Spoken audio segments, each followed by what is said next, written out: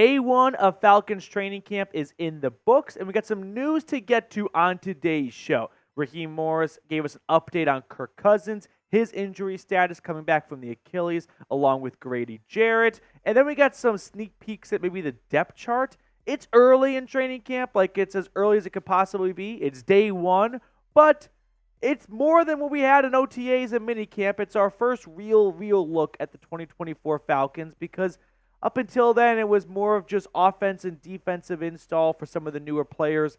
Now we're really starting to hit the ground running. Like Raheem Morris said that what they want to focus on in the first week of practice is speed and competition. You're not focusing on speed when you're focusing on install, right? You want to get things right, not quick. Now you want to get things right, and you want to do it quickly. So let's start by talking about Kirk Cousins. He was not placed on the PUP list, physically unable to perform, and as a result, he has been medically cleared to practice, which is really good news. Some background here. Cousins suffered that torn Achilles on October 29th, 2023 against the Packers on the road. He's also celebrating a birthday soon. He'll turn 36 years old in a few weeks. So overall, just really encouraging stuff to see Kirk Cousins avoid the PUP list. I never had a big, strong feeling that he would be placed on the PUP list. We got a good look at Kirk during the spring and OTAs and minicamp, and he looked pretty mobile and healthy to me. I think if an alien came down and saw their first look at Kirk Cousins, they wouldn't think, that's a man that's looking like he's moving a little bit gimpy out there. So overall, it felt like it was always trending this way. It's awesome to see. Raheem Morris also added on saying Kirk Cousins will have minor limitations, but he quickly added in that you won't even be able to notice those minor limitations. The only fear the Falcons really have is anyone going to be at Kirk Cousins' feet? Like, that's the area to protect. And in OTAs and minicamp, it's a lot easier to avoid those types of possible, mishaps or injuries because there's no pass rush. Training camp rolls around, the defensive line has to do their job because they got to get the offensive line ready and vice versa. So that's the only fear I think the Falcons have is we sure hope no defensive lineman just inadvertently gets pushed by an offensive lineman, trips over someone, and falls on Kirk Cousins' leg. That is a nightmare scenario. So I think they'll probably avoid situations where that could occur. But for the most part, Captain Kirk, he's ready to roll. Now, when are we going to see him in a real Falcons uniform? Here are the 3 preseason games. I don't come from a standpoint of I just talked to Kirk, here's what he told me. I don't think we'll see him the first 2.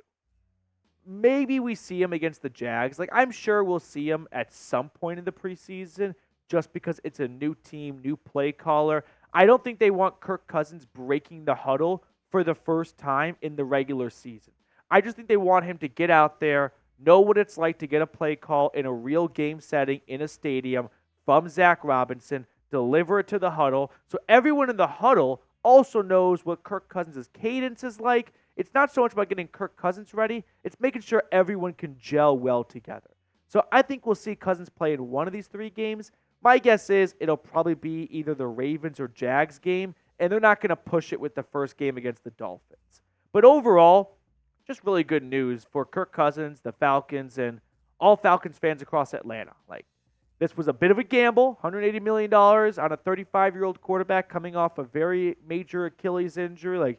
Those are not minor things or anything, but all signs have been pointing in the right direction and pointing up for Kirk Cousins in his rehab, which it looks like he's really kicked that rehab's ass. So I just want to congratulate Kirk. I've never popped my Achilles, but I can't imagine it's a good thing to have to bounce back from or work through. So shout out to Kirk Cousins. He clearly put in a lot of man hours to make sure he was ready for day 1 of training camp. So let's type his new number, 18, down in the comment section. Next up, I want to talk about Grady Jarrett. He, too, was not placed on the PUP list, and he has been medically cleared to practice. He also suffered an injury, a very severe one, on the same day as Kirk, although it was a torn ACL in that Titans game on the road, which was kind of the beginning of the end for Desmond Ridder. He turned 31 years old back in April, so we're talking about 2 guys now on the wrong side of 30 coming off major knee/Achilles injuries. Those aren't easy things to bounce back from, and just from an anatomy standpoint, the human body is kind of most often at its strongest from 23 to like 28ish. So that's kind of your physical prime when you're probably at your strongest, but also when your body's able to bounce back and recover from an injury as quick as possible, right? The older you get, the harder it is for your body to just make that recovery. So for Grady Jarrett to avoid the PUP list as well to start training camp, that's really encouraging stuff. The Falcons need him. Last year, unfortunately, his season cut short, but before that, 2022, team sack leader with 6 sacks. Now you multiply that, or now that you add in Bud Dupree and Calais Campbell going elsewhere, 2 guys who led the team in sacks last year, they're going to need a 6-sack type of season from Grady Jarrett because there are a lot of eggs in very young plants like Arnold Ebiketie and Zach Harrison that they are hoping will grow into monster sack trees. So hopefully we'll get some more good news from other guys that are a little bit banged up, but in all reality, like everyone's actually relatively healthy. Only one person was placed on the PUP list. That's fullback/running back Robert Burns. He's a new addition to the roster, so no shame if you don't recognize the name. But I'm not even really sure if this offense we're going to see this year is designed to feature a fullback a lot. I think we'll see a lot of 3 wide receiver sets. So that usually means 1 running back, 1 tight end. So Arthur Smith would love to have a fullback like Robert Burns, I'm sure, with all the running back packages he likes to deploy. But unless the Falcons have just a niche role carved out for him, he's probably not going to be a mainstay in the Falcons offense. Now, we have more news to get to from day 1 of training camp. But first, let me tell everyone watching about our friends at Game Time. If you want to get some Braves tickets, some Falcons preseason and or regular season tickets, check out Game Time today. Game Time is an authorized ticket marketplace of Major League Baseball, which means it's a lot easier to get tickets and especially faster. Prices on the Game Time app actually go down the closer it gets to the first pitch.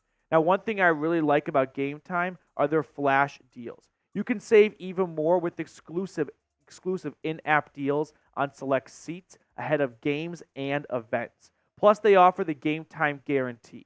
If you find tickets in the same section and row for less, Game Time will credit you 110% of the difference. Take the guesswork out of buying tickets with Game Time. Download the Game Time app, create an account, and use code CHATSPORTS for $20 off your first purchase. Terms apply, but again, create an account and redeem code CHAT Sports for $20 off. Download Game Time today. Last minute tickets, lowest price guaranteed. Some other just general observations from the practice field at IBM's facilities. Mike Hughes was in at cornerback 2 today. Thought we'd see Clark Phillips for sure.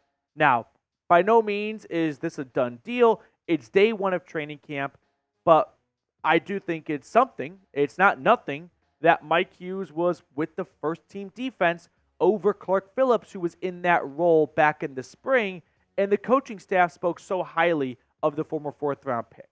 Last year, Hughes had 21 tackles, 2 tackles for loss, just 1 pass breakup. We didn't see much of him, right? You had A.J. Terrell play the entire season, except for 1 game, right? And then you had Jeff Okudah play most of the year, and then when he was benched, they turned it over to Clark Phillips. So we don't have a ton of intel on Hughes, but it's worth noting he was out there with the first team defense. Another bit of a surprise on defense, Richie Grant was out there with Jesse Bates, not DeMarco Hellams, which was the case back in the spring and the case to end 2023. So Grant, one of 3 players last year who had over 100 tackles. I mean, he had some good plays. There's no doubt about it. 3 tackles for loss, 3 sacks, 6 pass breakups. I mean, he was a menace when he got towards the line of scrimmage. He was a bit of a liability in coverage, though, but I thought we'd see Richie Grant kind of serve as a backup to DeMarco Hellams. Instead, on day 1, it's the reverse, but that's all it is. Day 1. Now, never miss any training camp news when you are subscribed. We got 22,610 subscribers. So we're trying to get ourselves to 22,650. 40 of you watching. If you're not subscribed, consider doing so. It's completely free. If you don't like the content, you can always unsubscribe. But I guarantee that if you give us a week, you'll like what you see. Third and final note, Zach Harrison running with the second string defense. So if you remember, the Falcons signed former Commanders defensive end James Smith-Williams, who is by no means even a household name for above average NFL fans, but he appears to be running with the first team defense more than Zach Harrison. Last year, after Montez Sweat and Chase Young were traded away by the Commies, James Smith-Williams started to have a bigger role on that defense up until he got injured at the end of the season. 22 tackles, 2 tackles for loss, 1 sack. So not a huge body of work for James Smith-Williams, but all I'll say to anyone who's looking to kind of panic or freak out, it's day one of training camp, and there was a heavy rotation going on. Like, these drills are quick moving, guys are constantly going in and out. I'm sure the coaching staff wasn't trying to find their 11 starters by sending out the first few guys like Mike Hughes and Mike Hughes and Richie Grant. I think the coaching staff was just trying to find good combinations and trying to find, most importantly, the best combination. So today, it's Mike Hughes, the first team defense. My guess is tomorrow, it'll be Clark Phillips. If tomorrow's Mike Hughes and the day after that is Mike Hughes, all right, then we have a pattern. But for now, we've got a one-off. And if these guys, Hughes and Grant, are able to win the starting gigs, listen, I'm going to be pulling for them. I want the best possible 11 defenders on the field for Atlanta, whoever that might be. For now, it feels like that's Clark Phillips and DeMarco Helms, but the coaching staff wants to give more of the veteran players a look to open up camp. There are a lot of young players on this team. I don't hate the idea of the coaching staff at least exploring some of the few veterans they have just to get some experience on that defense. All right, some trivia here before we get towards the end of the show. I've got 3 running backs for you: Michael Turner, D'Angelo Williams, and Joe Mixon. I want you to put them in order of all-time rushing yards from most to least. We'll reveal the answer at the end of the show of these 3 guys, who has the most and who has the least, and then, of course, who is in the middle. Now, some other Falcons news, some renovation news. Kadarius Hodge, he put this on his Instagram story. I want to show you guys it. He revealed the Falcons' new locker room. So we'll put it on screen for you guys, and it's pretty awesome. I mean, if we're power ranking locker rooms in the NFL, the Falcons' locker room just jumped in the top 5 without looking at a single other locker room. It's sick. I got to envision that these individual seats kind of open up and there's storage behind them, beneath it. But yeah, safe to say the Falcons, they got some awesome new just swag and gear, or more importantly, the word I'm looking for here is just locker room, stuff, for a lack of a better term. I don't know. I kind of botched that whole thing up there. But the point is, awesome locker rooms. Just take that and run with it.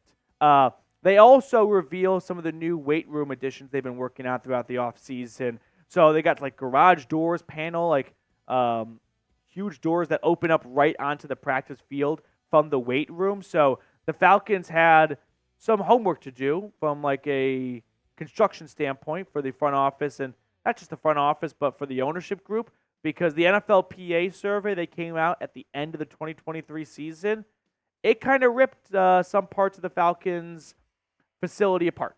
And credit to the NFLPA survey, because without it, I don't think we'll see as many radical changes league-wide to a lot of key pillars to just overall player enjoyment away from the field on Sunday, like locker rooms and weight rooms and just travel care and whatnot. Look at the NFLPA grades from January. I mean, locker room, F. Training room, B-.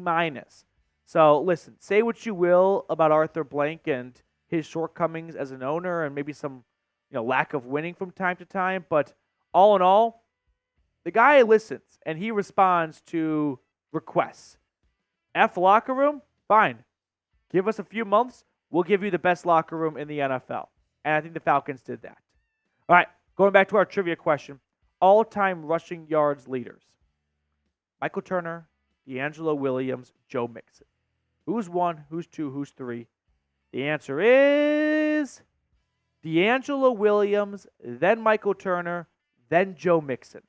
So Williams, of course, longtime Panther, coming in with about 800-ish more yards than Michael Turner. And then Joe Mixon, who I thought would be a little bit higher up on the list, but he's still in his playing days.